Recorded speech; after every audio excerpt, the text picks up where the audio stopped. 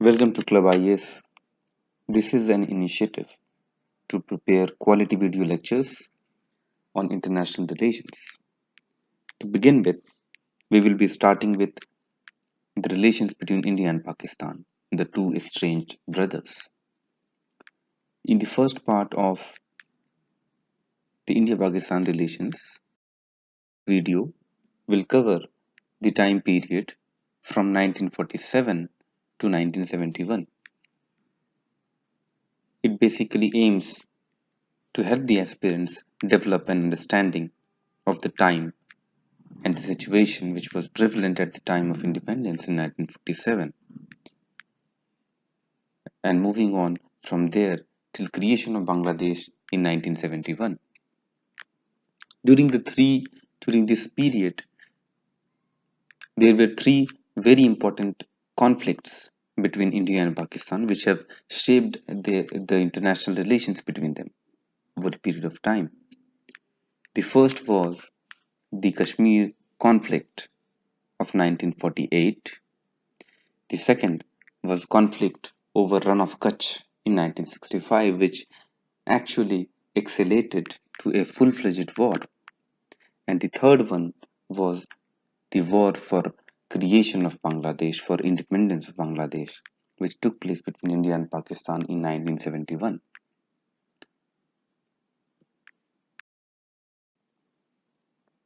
The Kashmir conflict. The conflict started after the partition of India in 1947 as a dispute over the former princely state of Jammu and Kashmir. So Jammu and Kashmir before independence of India was a princely state. It had a predominantly Muslim population but was ruled by a Hindu Maharaja whose name was Hari Singh.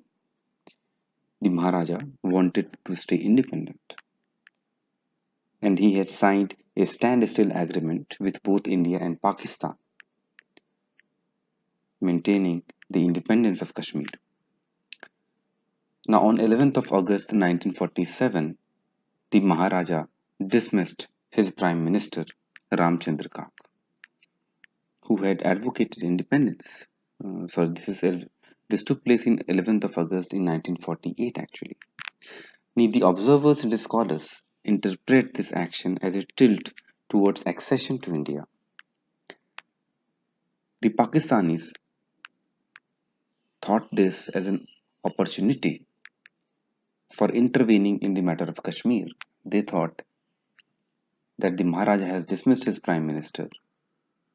So here is a time when they can start an unrest in Kashmir.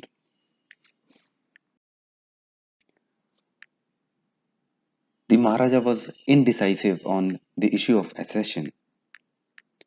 The Muslim League of Pakistan, it clandestinely worked in Poonch, which lied in the Kashmir, to encourage the local Muslims to an armed revolt, exploiting an internal unrest regarding economic grievances. The authorities in Pakistani Punjab waged a private war by obstructing supplies of fuel and essential commodities to the state. They organized a large-scale invasion of Kashmir by Pathan tribesmen. They took control of most of the western parts of the state, and on 24th October 1948, they formed a provisional Azad Kashmir government based in Palandri. The Pakistan Army made available arms, ammunition, and supplies to the rebel forces, who were dubbed the Azad Army. Now, the Maharaja's nominee for the next PM was Justice Meher Chand Mahajan. Alarmed with the actions of Pakistan, Justice Meher Chand Mahajan visited Jawaharlal Nehru and Sardar Vallabhbhai Patel in Delhi on 19 September and requested them to provide essential supplies to Kashmir, which had been blocked by Pakistan since the beginning of September. And more importantly, he communicated that Maharaja Hari Singh was willing to accede to India. And this was a very important development.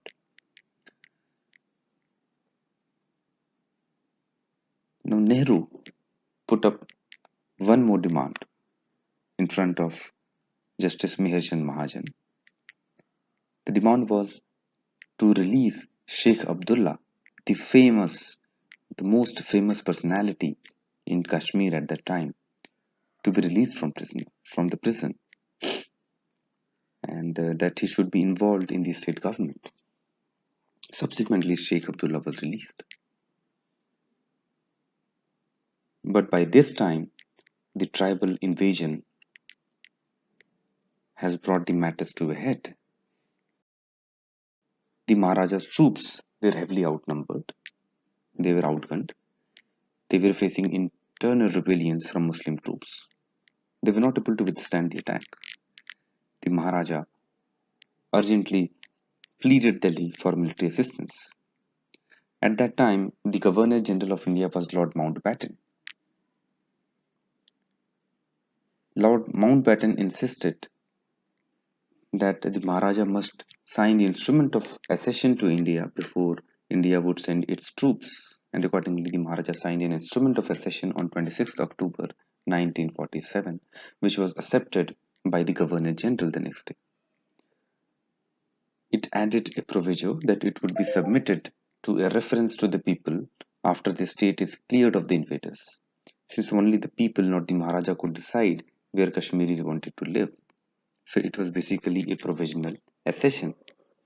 This is very important because both India and Pakistan were going to argue about whether this accession was legal and just or not over the next 7 or 8 decades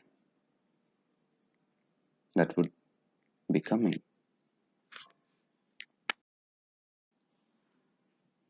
Prime Minister Nehru and Liaquat Ali Khan again met in December. Nehru informed Khan of India's intention to refer the dispute to United Nations under the Article 35 of the UN Charter. Now, meanwhile, India had sent its own military to fight the tribal invaders. Now, the UN appointed a team for mediation between India and Pakistan. This team made 3 visits to the subcontinent between 1948 and 1949, trying to find a solution agreeable to both India and Pakistan. It reported to the Security Council in August 1948 that the presence of troops of Pakistan inside Kashmir represented a material change in the situation. It proposed a two-part process for the withdrawal of forces. In the first part, Pakistan was to withdraw its forces as well as other Pakistani nationals from the state. In the second part, when the Commission shall have notified the Government of India that Pakistan withdrawal has been completed, India was to withdraw the bulk of its forces. After both the withdrawals were completed, a plebiscite could be held. The resolution was accepted by India but effectively rejected by Pakistan because it didn't withdraw its forces from a majority of the Kashmir.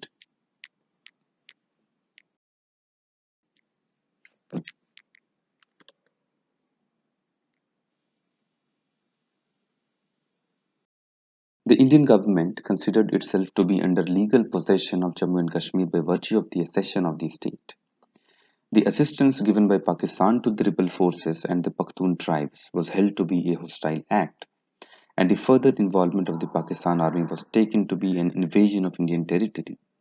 From the Indian perspective, the plebiscite was a means to confirm the accession, which was in all respects already complete, and Pakistan could not aspire to be on an equal footing with India in the contest. The Indian government considered itself to be under legal possession of Jammu and Kashmir by virtue of the accession of the state. The assistance given by Pakistan to the rebel forces and the Pakhtun tribes was held to be a hostile act, and the further involvement of the Pakistan army was taken to be an invasion of Indian territory. From the Indian perspective, the plebiscite was meant to confirm the accession, which was in all respects already complete. The Pakistan government, on the other hand, had a different view altogether. It held that the state of Jammu and Kashmir had executed a standstill agreement with Pakistan, which precluded it from entering into agreements with other countries. It also held that the Maharaja had no authority left to execute the session because his people had revolted and he had to flee the capital. It believed that the Azad Kashmir movement, as well as the tribal incursions, were indigenous and spontaneous, and Pakistan's assistance to them was not open to criticism.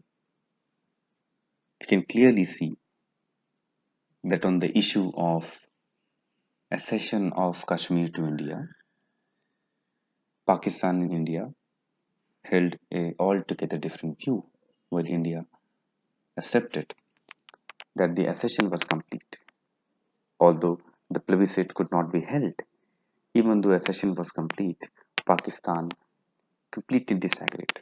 It said that Maharaja Hari Singh had no right to accede to India.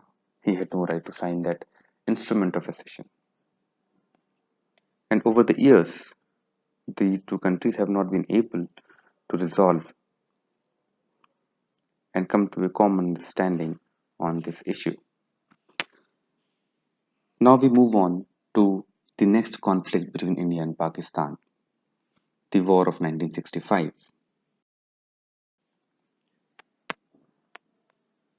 In 1965, in the month of January, the Pakistani patrols began patrolling in a territory that was controlled by India. This territory lied in Run of Kutch.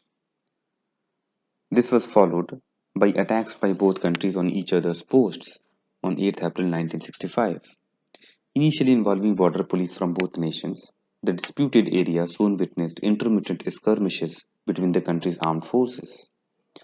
Pakistan, under the leadership of General Ayub Khan, believed the Indian army would be unable to defend itself against a quick military campaign in the disputed territory of Kashmir, as the Indian military had suffered a huge loss to China in 1962 in the Sino-Indian War.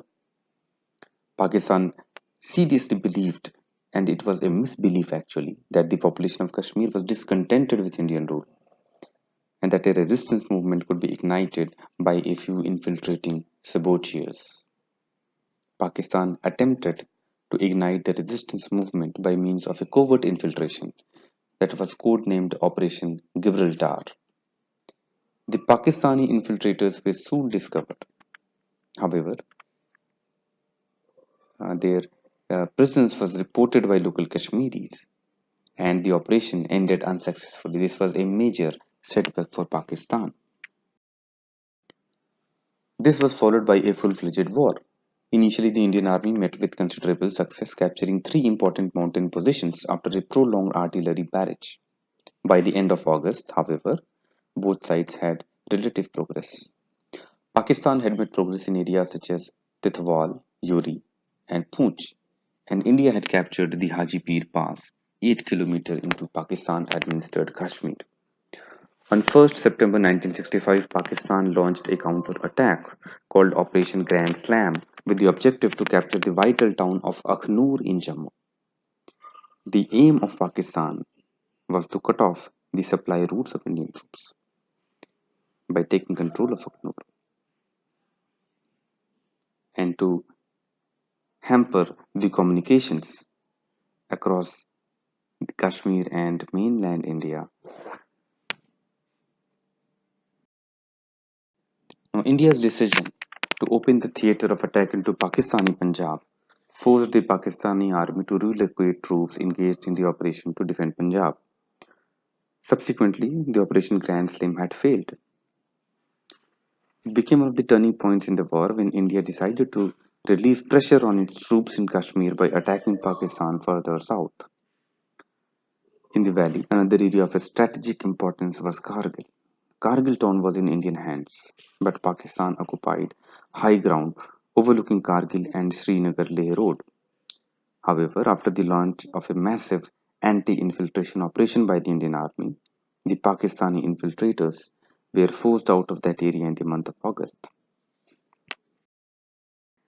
India crossed the international border on the Western Front. The war saw aircraft of the Indian Air Force and the Pakistan Air Force engaged in combat for the first time since independence. Although both sides lost heavily in men and material, and neither gained a decisive military advantage, India had the better of the war. New Delhi achieved its basic goal of thwarting Pakistan's attempt to seize Kashmir by force. Pakistan gained nothing from a conflict which it had instigated. The United States and the Soviet Union used significant diplomatic tools to prevent any further escalation in the conflict between the two South Asian nations. The Soviet Union, led by Premier Alexei Kosygin, hosted ceasefire negotiations in Tashkent, where Indian Prime Minister Lal Bahadur Shastri and Pakistan President Ayub Khan signed the famous Tashkent Agreement, agreeing to withdraw to pre-August lines no later than 25 February 1966. While declining stockpiles of ammunition, Pakistani leaders feared the war tilting in India's favor. Therefore, they quickly accepted the ceasefire in Tashkent. Despite strong opposition from Indian military leaders, India bowed to the growing international diplomatic pressure and accepted the ceasefire. On 22nd September, the United Nations Security Council unanimously passed a resolution that called for an unconditional ceasefire from both nations. The war ended the following day. India's Prime Minister Shastri suffered a fatal heart attack soon after the declaration of the ceasefire. As a consequence, the public outcry in India against the ceasefire transformed into a wave of sympathy for the ruling Indian National Congress. This ceasefire remained in effect until the start of the Indo-Pakistani War of 1971. The last section of today's video is going to start. Let's focus on the Indo-Pakistani conflict of 1971 was sparked by the armed liberation struggle in East Pakistan between the dominant Bengalis and the multi-ethnic West Pakistanis over the right to govern and the constitution. It had its origin in the creation of Pakistan as a result of the partition of India in 1947, the popular language movement in 1950, the mass riots in East Bengal in 1964, and the mass protests in 1969. This led to the resignation of President Ayub Khan, who invited Army Chief General Yahya Khan to take over the central government. The geographical distance between the eastern and the western wings of Pakistan was extremely vast. East Pakistan lay over around 1600 kilometers away from the West Pakistan, which greatly hampered any attempt to integrate the Bengali and the Pakistani cultures. In 1969, President Yahya Khan announced the first general elections. The general elections held in 1970 resulted in East Pakistan's Awami League gaining 167 out of 169 seats for the East Pakistan Legislative Assembly and a near absolute majority in the 313-seat National Assembly, while the vote in West Pakistan was mostly won by the Socialist Pakistan People's Party. The Awami League leader Sheikh Mujibur Rahman stressed his political position by presenting his 6 points and endorsing the Bengalis' right to govern. Zulfikar Ali Bhutto, the chairman of Pakistan People's Party, refused to yield the premiership of Pakistan to Sheikh Mujibur Rahman. Sheikh Mujibur Rahman called for general strikes that eventually shut down the government. Dissidents in the east began targeting the ethnic Bihari community, which had supported West Pakistan. In early March 1971, approximately 300 Biharis were slaughtered in riots by Bengali mobs in Chittagong alone. The government of Pakistan used the Bihari massacre to justify its deployment of the military in East Pakistan. President Yahya Khan called on the military, which was overwhelmingly led by West Pakistanis, to suppress the dissent in the east. Mujibur Rahman was arrested at the night of 25th March 1971 and he was taken to West Pakistan. Operation Searchlight, followed by Operation Barisal, attempted to kill the intellectual elite of the East Pakistan. In April, the exiled Awami League leaders formed a government in exile in Baidyanathla of Meherpur. The East Pakistan Rifles and Bengali officers in Pakistan's army, navy and marines defected to the rebellion after taking refuge in different parts of India. The Bangladesh force, namely the Mukti Bahini, consisting of the regular force and the guerrilla force, was formed under the retired Colonel Muhammad Ataul Ghani Osmani. The Indian government opened the East Pakistan-India border to allow the Bengali refugees to find safe shelter. The governments of West Bengal, Bihar, Assam, Meghalaya, and Tripura established refugee camps along the border. On 28 April 1971, the Indira Gandhi cabinet had ordered the Chief of the Army Staff, General Sam Manekshaw, to go into East Pakistan. In 1971, a strong wave of Indian-supported Bangladeshi nationalism emerged in the East. Violence and the systematic targeted killings of unarmed, multi-ethnic Pakistanis living in the East started. By November 1971, an Indian-Pakistani war seemed inevitable. The army waited until December, when the drier grounds in the east would have made for easier operations, and the Himalayan passes would have been closed by snow, preventing any Chinese intervention. On the evening of 3rd December, the Pakistan Air Force launched surprise preemptive strikes on 11 airfields in the northwestern India, including Agra.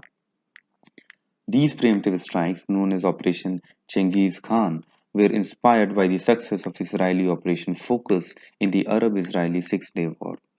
Prime Minister Gandhi held that the airstrikes were a declaration of war against India, and the Indian Air Force responded with initial airstrikes that very night.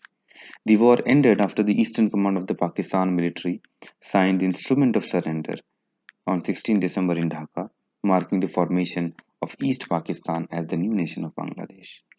Approximately 90 to 93,000 Pakistani servicemen were taken prisoners by Indian Army, which included around 80,000 uniformed personnel of the Pakistan Armed Forces.